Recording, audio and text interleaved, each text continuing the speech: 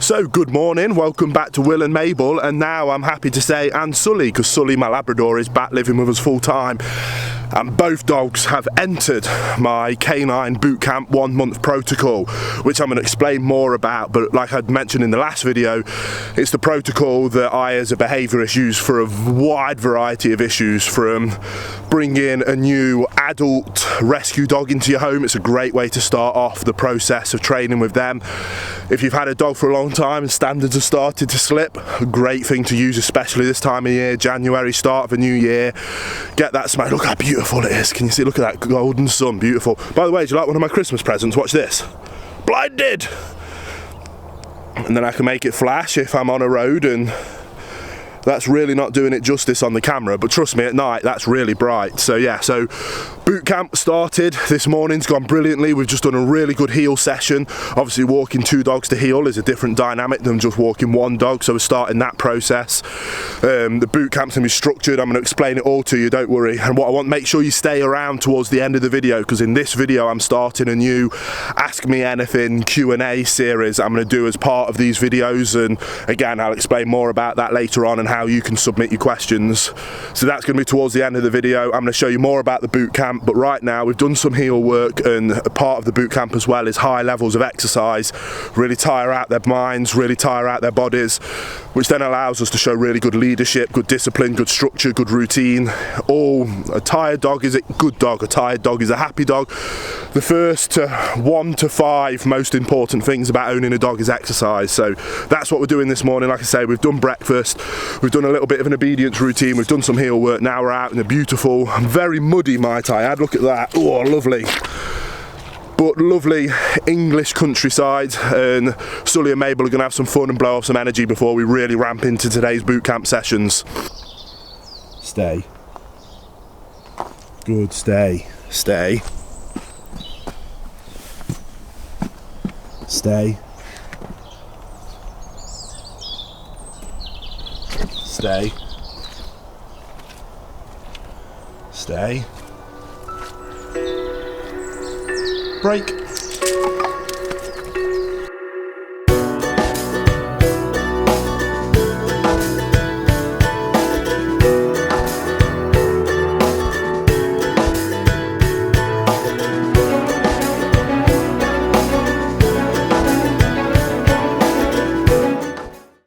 So back home from that absolutely delightful work, did some obedience drills with them both. Basically the first day of boot camp is just about assessing, seeing where we're at, doing the basic stuff. With Sully having been at my parents for a few months, like I say, some of the things had taken a bit of a slide. We picked him up yesterday, so I did take him for 2 walks yesterday, and then obviously the stuff you've seen this morning, and I thought he was actually much further back than he was.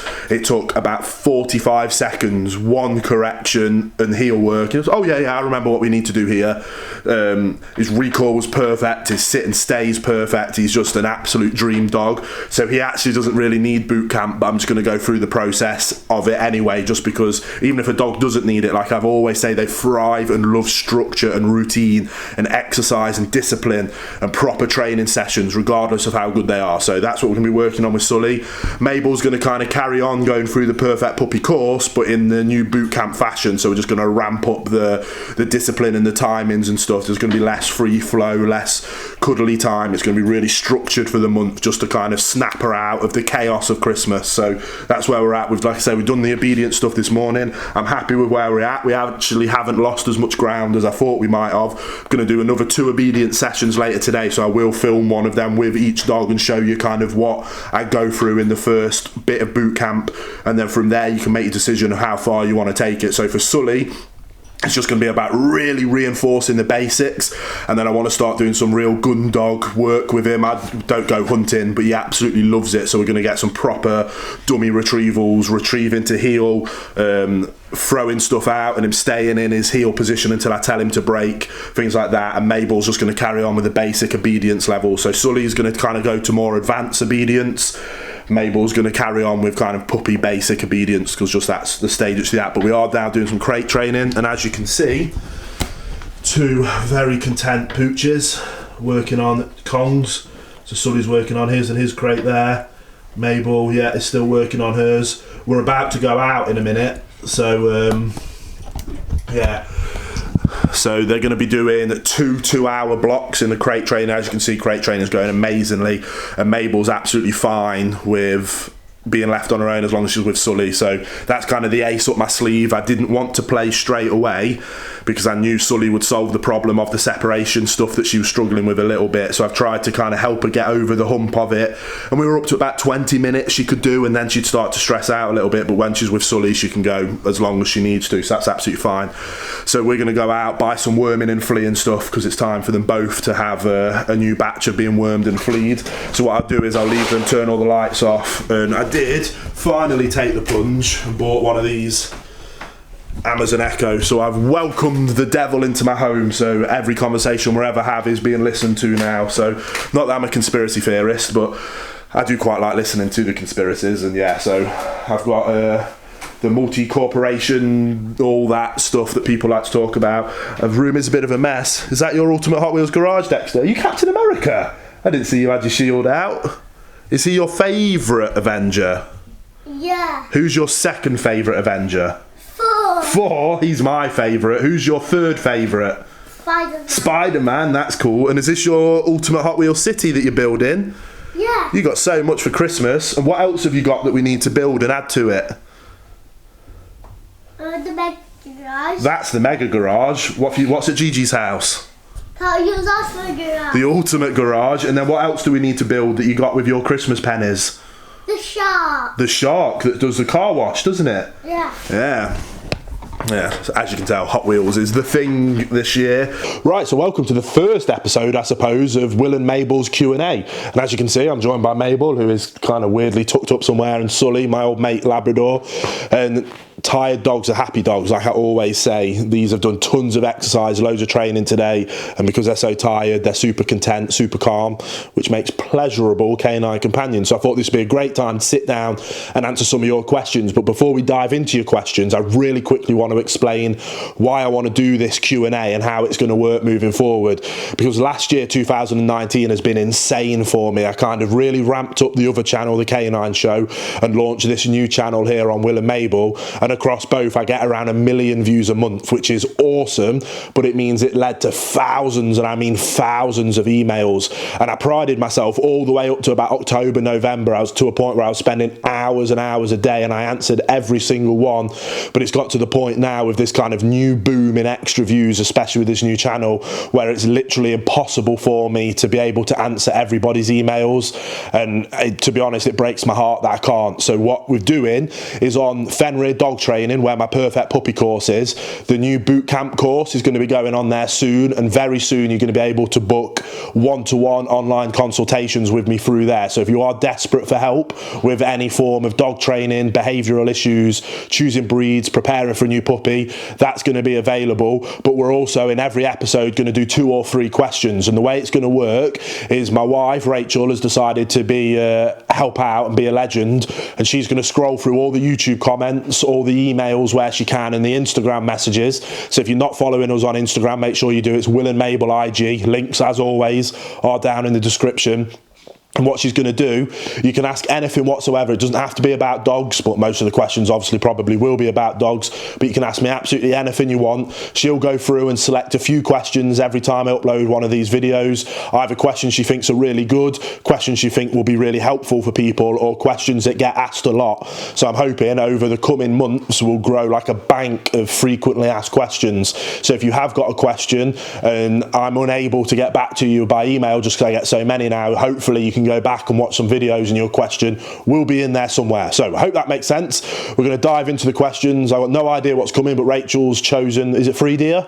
3 questions. So she's going to ask the questions. We're going to sit and chill and answer some of your questions. So take it away. Amarin asks, lately I found myself really interested in therapy dogs, and since you have talked about wanting Mabel to be a therapy dog, I was wondering if you could tell us a bit more about it. Yeah, great question. It is a question I did get asked quite a lot actually, and what is it that makes a therapy dog? And I think a lot of people get confused between therapy dogs and service dogs. Now, service dogs for specific issues like for the blind, for deaf, for severe mental health difficulties, for people that have severe panic attacks and anxiety. That would fit in the realm of a service dog and needs to be professionally trained. Now, oftentimes they do cost a fortune, but a therapy dog can be any dog. If you have a dog at home when you've had a really stressful day and you come home and cuddling with your dog on the sofa helps you relax and chill out, that's technically a therapy dog. Now, the level kind of up from a therapy dog, especially in England, is a charity called the PAT charity, Pets as Therapy. What you can do is you can register your dog after they're a year old with that charity, and that charity kind of acts as a middleman for hospitals, schools, special needs schools, old people's homes, and those people can reach out to the charity and go, oh, we'd love it if somebody could come in and bring a dog because the kids love it, or the people suffering from PTSD find a lot of benefit from it in the specific units, or old people's homes, and they really like it when dogs come in. They can reach out. So that is what both Mabel and Sully are going to be doing. Now, Sully you have to take a test when they're 12 months old, and to pass the test they basically have to be what I class a perfect canine companion, and it's everything I cover in my perfect puppy course. So it's about being able to walk to heel, being able to be calm, relaxed, to not freak out if there's loud noises, for them to do a really good sit and stay. Just basic excellent obedience is all that's really quite required for a therapy dog. Now, the reason I want to do it is because especially around mental health, if you didn't know, I spent 10 years working in special educational needs for young men with severe behaviour problems and severe mental health difficulties, often then leading to these very severe violent behavioural difficulties, which is where I kind of started and got a lot of my academic knowledge around behaviour for learning. That then very naturally transitioned into me doing it part-time with dogs to now full-time with dogs. But in those special needs environments, therapy dogs can be a huge relaxing and calming influence on those kids. I am very open about my difficulties with mental health. I struggle with depression and have done for years. Dogs are a huge part of me with helping me with my own depression. So being able to kind of give back to people that aren't in a position to have their own dogs for whatever reason is something that means a lot to me, which is why both of these will be doing a lot of therapy work. So once she hits a year old, they'll both do their test.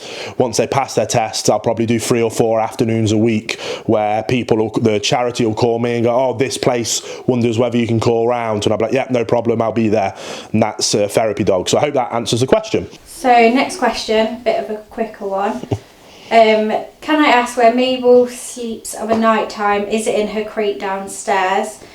I couldn't see on your videos. I'm planning on having a crate downstairs, however would like her to sleep upstairs when she is fully trained, and that's from Berto. That is another very good question. Now, where your dog sleeps is a very subjective thing. I've actually got no issue with dogs if you want them to sleep on the bed with you. That is okay. But you need, as a family, to make a decision on where you want your dog to sleep long term. And then I recommend always starting with that from day one. Now, for me, especially from me having my bull mastiff, I like my dogs to have free roam of the house, especially Mabel as a guarding breed. Sully is actually an amazing guard dog, funny enough, probably better than my bull mastiff was. So what I want them to be able to be reactive if there's people snooping around that shouldn't be, especially while me and the boys are asleep. That's where dogs are perfect. So I don't actually like them being locked in a crate at night, in a room where they can't work how I want them to work. Now, if that's what you want your dog to do, absolutely no problem. I've got a whole video on the Canine Show about how to crate train your dog. Mabel, now Sully, both sleep in me and Rachel's bedroom. They don't sleep on the bed. That's just a decision we make that we don't want them to do that. So they have their own bed upstairs in the bedroom. We started with the door shut. Sully can sleep anywhere in the house now. If it was just him, he could have free roam of the house, no problem, and be able to, same with my bull mastiff, for example, she'd go and do sweeps of the house during the night. So if I'm lying awake watching YouTube videos at 2 a.m, I'd usually hear her just going, have a little look in the boys' bedroom. Yeah, mum and dad are all right. Then she'd potter back downstairs and go back and curl up near the front door to keep an eye on things. That's what I want my dogs to be able to do. So for right now, they start in our bedroom. Probably around about now, actually, we'll be able to open our bedroom, especially when toilet training gets better. So she'll have free roam of the bedroom and the landing, and then we'll just extend that as the trust grows with her, and we know that she can kind of have that free roam. That's how we do it. Again, it's a very subjective. There's not really a right or wrong. My only advice is that you as a family and in your home make a decision and then stick to that. What I will say is that it's really good to be able, regardless of where your dog sleeps long term, to be able to sleep in a crate is huge, especially if you go on holiday with them, if they end up needing to stay over in a vet's. The ability for them to be happy to sleep in a crate is amazing, and is one of the reasons why I think every dog should be crate trained. So these two, if we were staying at friends' houses or family's house, would sleep in a crate in their house just out of respect for their home and their rules, and would be happy to do so. But here in our house, our room for now, and then eventually that'll just bit by bit as she gets older, we'll have the free roam of the house so she can work as a guard dog. And Dwayne asks, how/when do you incorporate your wife into Mabel's training? What is the impact on their relationship? For example, does Mabel listen to your wife? That is another very good question. I'll get Rachel to chime in on this in a bit. The way I recommend it is they should always be a lead trainer for any dog, which is in my house, it is always me. I do all of that foundation building. Again, if you've took my Perfect Puppy course or are interested in it, a lot of it is about building those foundation blocks rock solid, and I think the primary trainer should be responsible for doing that. And then on top of that foundation, then we then add distractions and different things, and one of those things is the ability for other handlers or other members of the family to be able to come in and work on that same work that the foundation's built. In terms of relationship, I'll ask Rachel this now, I don't think it impacts. I think if anything, she's quite happy that I kind of do the hard work, and then when I think the dogs are ready, she kind of chimes in. But would you say it's ever affected your relationship with dogs? No, I don't think so. I think as well, you do the lead training because I work out of the house, so you're with them the majority of the time.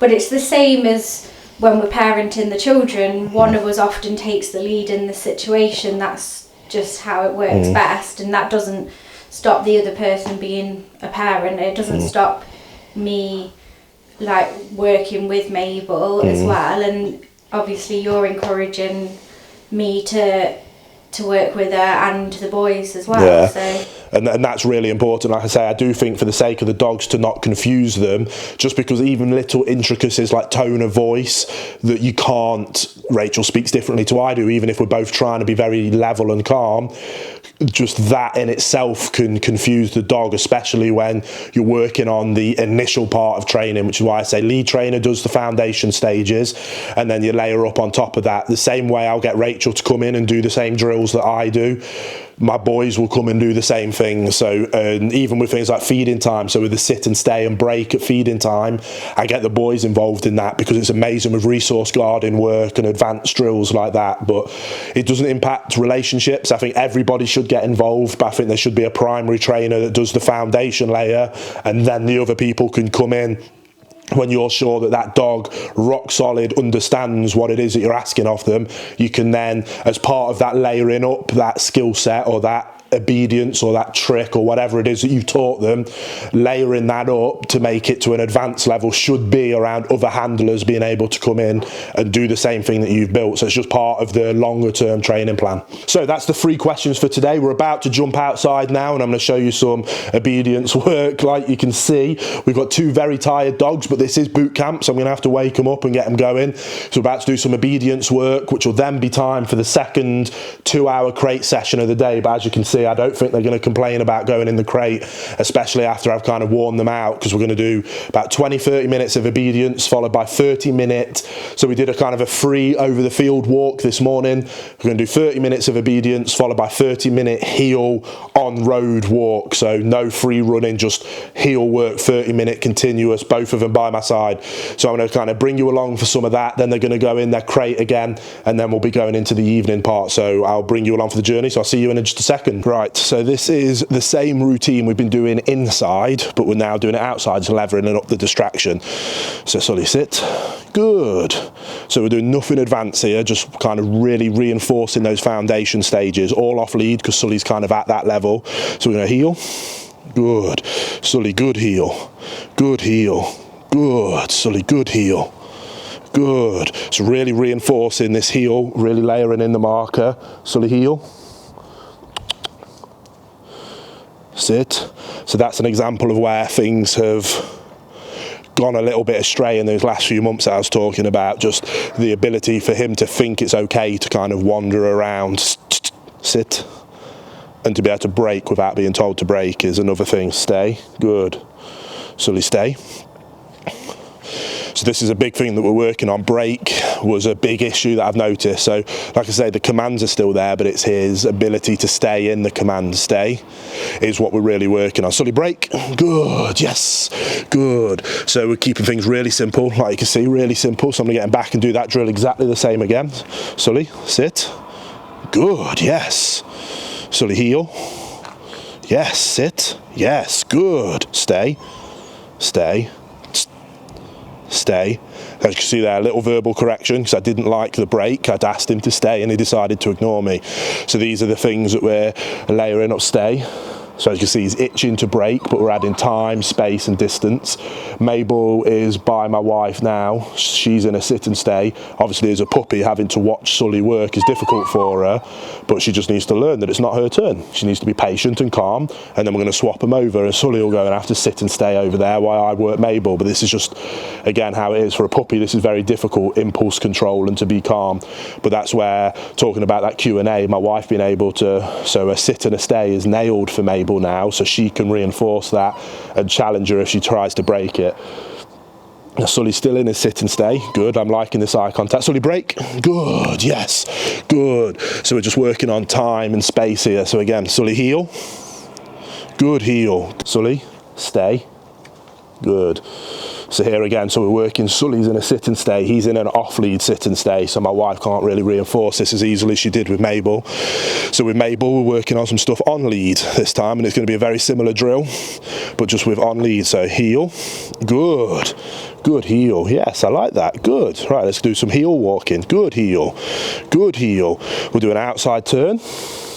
Good, good heel. So you see this is very common when you're doing luring heel work that she's bound in. So all we're looking for is she hasn't had the treat yet. Good heel. And we're waiting for a good few steps. Good, there we go, where she didn't bound. And again, as she gets older, we could correct that, but there's no need, she's still so young. Sully, stay. Good, stay, Sully. So heel. Good. So I like that she's focused on me. She's also focused a lot on the food. So I'm always looking for that eye contact. Good, heel. Good, good. Heel. Sit. Good, sit. Yes. Stay. Good, stay. So again, a minor correction there. I was ready to give her a hand with popping a bum down, but she didn't need to. So we're going to stay. And again,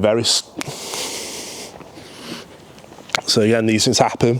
There's no need to get frustrated. So I'm going to bring them back. Heel. Good. Sit. Now this is where, that was a beautiful example of just distractions. That in the house with silence would have been easy. Outside, there's distractions going on. Sully's sat there, my wife's there. There's jingling of different wind chimes and stuff in the courtyard. Sit. Good. Stay. Good, stay. So we're going to work on that again. So now I know that out in this environment, I can't quite give her as much space as I could inside. But we've built that foundation layer and we're layering up. Sit. Stay. Stay. Now usually I would like to be looking around a lot and not have to hold this hand gesture again, but that can come later. With Sully, it was more about catching him before he breaks, but this is, that was my fault. Sit. Sit. Good. Now I said that word then talking, the B-R-A-K, I should have spelt it out, so I'm not going to correct her for that. That was a handler error. Now she's looking around, which I don't like. I want the focus back to me. Good, stay. Good. Good, stay. So I'm rewarding that. Mabel, break. Good. It's got Sully to break as well. The pleasures of dog training. I can't complain at that because you did a lovely sit and stay, didn't you? A lovely sit and stay. Good. Let's bring Sully back. It's not playtime, dogs. You can go for a play in a minute. Sully, come back. Good. Sully, sit. Good. That's why you should never train dogs together, and ideally I should have either Sully inside in the crate or outside in the crate, but that's a difficult conversation to have because at some point I need to be able to command them both, which is why you'll notice a lot of now is Mabel, heel, good. So you got to use that name, which is why I always talk about in the Perfect Puppy course, Stay, that the name isn't, the dog don't know that they've got a name. All they need to know is to associate their name with look at me because I'm about to tell you something. And in this, something scare you. Heel, good, sit, stay, good, good, stay, stay, good, stay. So they need to understand that I can give different dogs different commands, and you're going to have accidents like this. This is the first session we've worked them together where they're both watching. I need to learn what's going to trigger which one. I thought Sully's sit and stay would be unbreakable, but again, because of those last few months, these things naturally need to get worked on, and this is why we're in this boot camp, and we'll readdress that, and by the end of the month it'll all be solved. Sit, good. So this is a perfect example of puppy work. So she's testing boundaries here. Now it'd be very easy to get frustrated and get angry with her, but we're not going to do that. I'm going to relax, and I want to get her back into that position. Heel, good. Heel, good. Sit. Now that turning to me isn't ideal, but again, for this level of distraction, I would like her to be tucked right in the heel. But again, this is very common as well in training, that a lot of people do it face on, and this is something we're working on, is that I want her to be able to sit, good, do these commands in the heel position. Mabel, sit, good, now stay, stay. Again, patience, sit, good. Stay. Stay. Good. Sit. This is very good. This is very good for you to watch. Sit. Good. Good, stay. Break. Good. So what I want to do there is finish on a high note. So we're not going to do any more. There's a lot to learn from that. There's a lot of progress there. Things are very good. Sully, break.